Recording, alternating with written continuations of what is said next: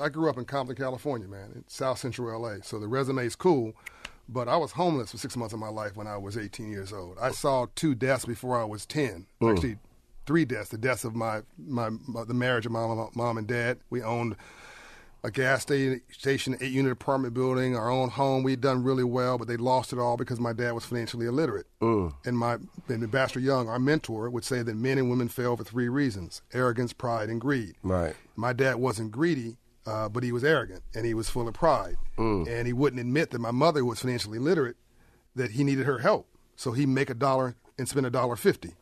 So the more money we made, the broker we got. Damn. And so that led to divorce, because the number one cause for divorce is money, not domestic abuse, not infidelity, money. And by the way, number of cause for most things is money. We'll get into that. Right. But that my dad couldn't acknowledge that my mother had a role in that partnership. He wouldn't give her the reins of the money. So literally, he confused cash flow with profit. Right. And when your outflow exceeds your inflow, then your overhead becomes your downfall. Right. That was the first death. Then the guy who saved my life when I fell on my porch and was swallowing my tongue, and I think at 7 years old, my uncle, he was trying to make some extra money, and he went to the wrong neighborhood to sell drugs. That wasn't his job, but that was the only way he thought he could make money. Right. And unfortunately, he was not good at this, and came riding his bicycle from where he was selling drugs back to our house where he lived. We were staying with him because we had lost everything. And a truck hit him and drug him down the street until he was dead in front of me at 7 years old. I can still see it sitting here. And he just got the memo on money wrong, man. He got the memo on wealth building wrong. He got the memo on his self-esteem wrong. And I'm sick and tired of being sick and tired. Right. I'm tired of seeing my people die, murdered, over some BS and over some drama, right? There are no retired drug dealers, right? It does not have a pension plan. Well, there are. Then they transition. They transition.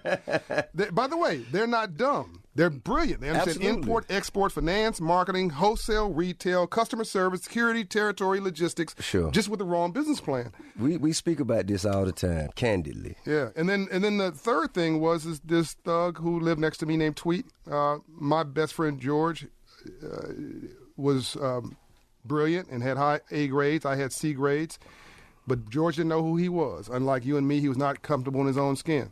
And he started hanging around with Tweet, my next door neighbor, who was a thug, and got shot in the street corner and killed with Tweet. And that taught me, if you hang around 9 broke people, you'll be the 10th. Whatever you model, you will be. And that's why I appreciate it when you wanted me to hang around with your son for a little bit. You're like, I need my son to understand not just the right brain creative, but the left brain business. Right. I need to make sure my son is balanced, right? That's why I'm glad my nephew Mason is here, because you model what you see. And if all we see is a limited view, then that's all we're going to be. Right. So make a long story short, I got a different view when I was 9 or 10 years old, man, of life. And a banker taught me financial literacy. A banker taught you financial literacy. A white banker. A white banker. Now, most of our experience in the neighborhood we grew up with, the only white person we saw... Insurance man. Or the cop. Or the police. The police jam you up. It's some negative situation. Yeah. I had a chance of having this banker come and talk about financial literacy tip, and I raised my hand. I said, "Sir, what do you do for a living?" He said, "I'm a banker and I finance entrepreneurs."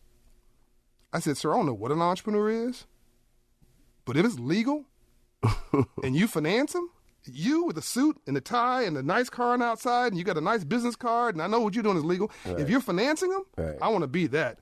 I went home, opened the word dictionary. Back then it was a dictionary, not the internet. Right. Found the word entrepreneur, a French word, create something out of nothing. Right. I said, I can do that. I don't need a degree. I don't need a fancy whatever. Right. I can do that with my creativity and hustle.